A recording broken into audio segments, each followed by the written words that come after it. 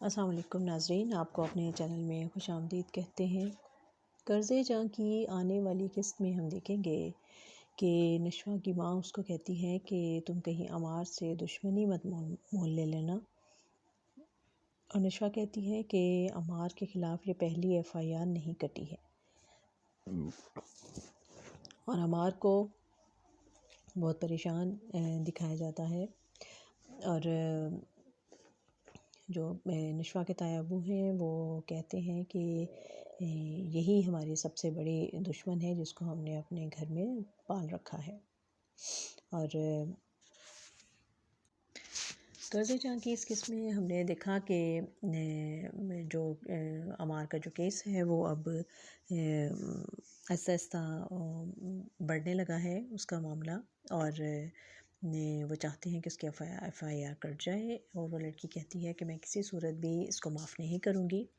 اور نشوہ جو ہے وہ بہت اپسیٹ ہے، اور وہ اس کے کولیگس جو ہیں وہ سب یہی بات کرتے ہیں، اور بلکہ اس کی ایک کولیگ کہتی ہے کہ میں تو سوچ رہی ہوں کہ اپنے باس سے اس کی بات کریں، تو وہ کہتی ہے کہ نہیں، اس کی کیا ضرورت ہے۔ نشوہ ایک دم سے گھبرا جاتی ہے، تو وہ کہتی ہے کہ میں یہ بتانے کی کیا ضرورت ہے، اس میں تمہارا نام تو نہیں آئے گا نا، ہم تو صرف عمار کی اور اس کے والد کے حوالے سے بات کریں گے اور اس کیس کی بات کریں گے، تو اس میں تمہارا ذکر کہاں سے آ گیا۔ لیکن وہ کافی پریشان ہوتی ہے، اور جب وہ میٹنگ میں بھی بیٹھی ہوتی ہے تو وہ کافی اسی بات کو ذہن میں رکھے ہوئے ہیں اور سوچ رہی ہے اسی کے بارے میں۔ تو جو سربختیار ہیں وہ کہتے ہیں کہ اگر آپ کی طبیعت ٹھیک نہیں ہے تو آپ گھر جا سکتی ہیں، اور اگر کوئی مسئلہ ایسا ہے کہ آپ مجھ سے ڈسکس کرنا چاہتی ہیں تو آپ مجھے بتا دیں۔ تو کہتی ہے کہ نہیں، ایسی کوئی بات نہیں ہے، بس میرے سر میں درد ہو رہا ہے اور مائیگرین کا درد ہے، اس وجہ سے مجھے تھوڑا مشکل ہو رہی ہے یہ کیس پڑھنے میں، تو میں یہ فائل گھر لے جاتی ہوں اور میں کل یہ اس کے نوٹس تیار کر کے آپ سے ڈسکس کر لوں گی۔ تو وہ کہتے ہیں کہ مائیگرین کا درد جو ہے وہ 3 دن کے بعد جاتا ہے، تو آپ 3 دن چھٹی کر لیں۔ اور نشوہ گھر آ جاتی ہے، اور اس کے باپ کی برسی کا جس کے دوران فاتحہ کے دوران ہی پولیس آتی ہے، اور وہ بختیار اس کو گرفتار کرنا چاہتے ہیں عمار کو، لیکن اس کے چچا نے پہلے ہی اس کو گھر سے دور بھجوا دیا تھا، تو پولیس جو ہے وہ واپس چلی جاتی ہے، اور جو اس کی جو کزن ہے اس کے سسرال والے بھی اس دن وہاں موجود ہوتے ہیں، اور وہ اب چاہتے ہیں کہ شادی کی تاریخ لے لیں، لیکن جو اس کی ہونے والی ساس ہے وہ تھوڑی اپسیٹ ہو جاتی ہے یہ سارا کچھ دیکھ کے کہ پولیس آئی ہے اور اس کے بھائی پہ کوئی کیس بن رہا ہے، تو وہ اپنے شوہر سے کہتی ہے کہ یہ تو مجھے معاملہ کچھ عجیب ہی لگ رہا ہے کہ ان کے بیٹے پہ کیس بن رہا ہے، اور یہ گھر والے کتنے نارمل ہیں، اور یہ اپنی بیٹی کی تاریخ دینے کو ہمیں تیار بیٹھے ہوئے ہیں۔ تو وہ کہتے ہیں کہ ہو سکتا ہے ان پہ یہ اتنے امیر ہیں اور بزنس مین ہیں، تو یقیناً یہ اس کی دشمنی بھی ہوگی، اور لوگ جو ہیں وہ ایسے لوگوں پر خواہ کے کیسز بھی بناتے رہتے ہیں، اس لیے ایسا مت سوچو۔ اور پھر وہ دادی جان جو ہیں وہ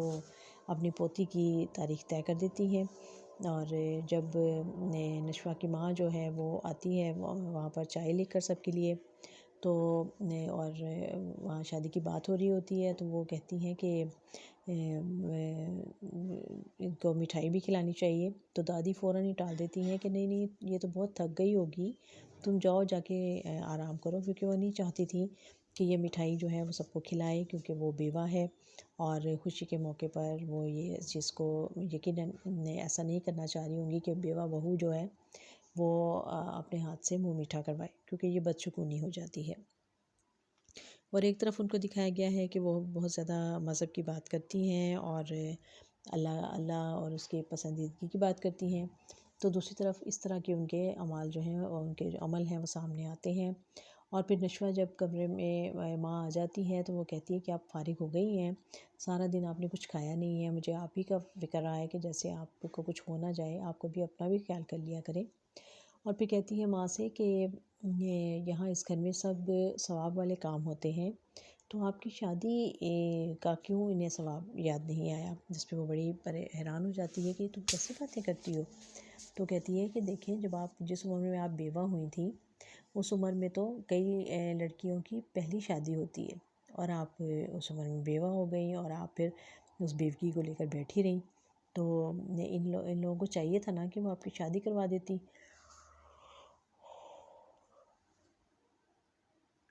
کیونکہ شریعت کے مطابق تو آپ سب سے زیادہ مستحق تھیں اس سارے عمل کی، کیونکہ آپ جوان بھی تھیں اور آپ نے کا کوئی سلسلہ کوئی روزگار کا سلسلہ بھی نہیں تھا، آپ کے پاس کوئی کمائی کا ذریعہ بھی نہیں تھا، تو آپ کی تو شادی ہو جانی چاہیے تھی۔ جس کے جواب میں وہ ایک زوردار تھپڑ اس کے منہ میں مارتی ہے کہ تمہیں خیال نہیں آتا اگر کسی نے سن لیا تو کیوں مجھے اس عمر میں شرمندہ کرواؤ گی؟ تو بیٹی جو ہے وہ نشوہ جو ہے وہ کافی پریشان ہوتی ہے اور کہتی ہے کہ میں نے کیا غلط بات کی ہے جو آپ نے میرے منہ پہ تھپڑ مار دیا ہے؟ پھر وہ کہتی ہے کہ میں تو یہ چاہتی ہوں کہ بس تمہارے کوئی اچھے صحیح فیملی آ جائے اور اچھا سا رشتہ آ جائے اور میں تمہارے رخصتی کر دوں۔ تو وہ کہتی ہے کہ نہیں، میں کہیں نہیں جاؤں گی، آپ کو چھوڑ کے میں کہیں نہیں جاؤں گی، اور ہم دونوں کے درمیان کوئی تیسرا نہیں آئے گا۔ تو ماں مسکرا کر کہتی ہے کہ ہو سکتا ہے کوئی تیسرا آ جائے اور وہ تمہیں اتنا اچھا لگے تو تم خود مان جاؤ۔ وہ کہتی ہے نہیں، ایسا کبھی نہیں ہو سکتا۔ اور اب جو عمار پہ جو کیس کے خطرات ہیں، وہ خطرات کے بادل تو منڈلا رہے ہیں، کیونکہ بختیار صاحب جب وکیل کے پاس جاتے ہیں تو وہ بھی ان سے کہتا ہے کہ آپ کو پریشان ہونے کی ضرورت نہیں ہے، اگر اس نے کچھ نہیں کیا ہے تو انویسٹیگیشن میں سب کچھ کلیئر ہو جائے گا، اگر اس نے کچھ نہیں کیا تو وہ بری ہو جائے گا، لیکن اگر اس پہ کوئی کیس آ گیا اور کوئی بات اس پہ ثابت ہو گئی تو پھر تو یقیناً مسئلہ دوسرا ہو جائے گا۔ لیکن بختیار صاحب بھی یہ چاہتے ہیں کہ کس طرح سے ان کے بیٹے کا نام اس میں نہ آئے اور ایف آئی آر نہ کاٹی جائے اور یہ سب کچھ کلیئر ہو جائے۔ اب دیکھتے ہیں کہ عمار بچ پاتا ہے یا نہیں، یا نشوہ جو ہے وہ اس کی وکالت کہیں عمار کے خلاف ہی تو استعمال نہیں ہونے والی، اور یقیناً یہ گھر بھر کے لیے ایک نیا مسئلہ لے کر آئے گی۔ دیکھتے رہیے یہ ڈرامہ کرزے جاں۔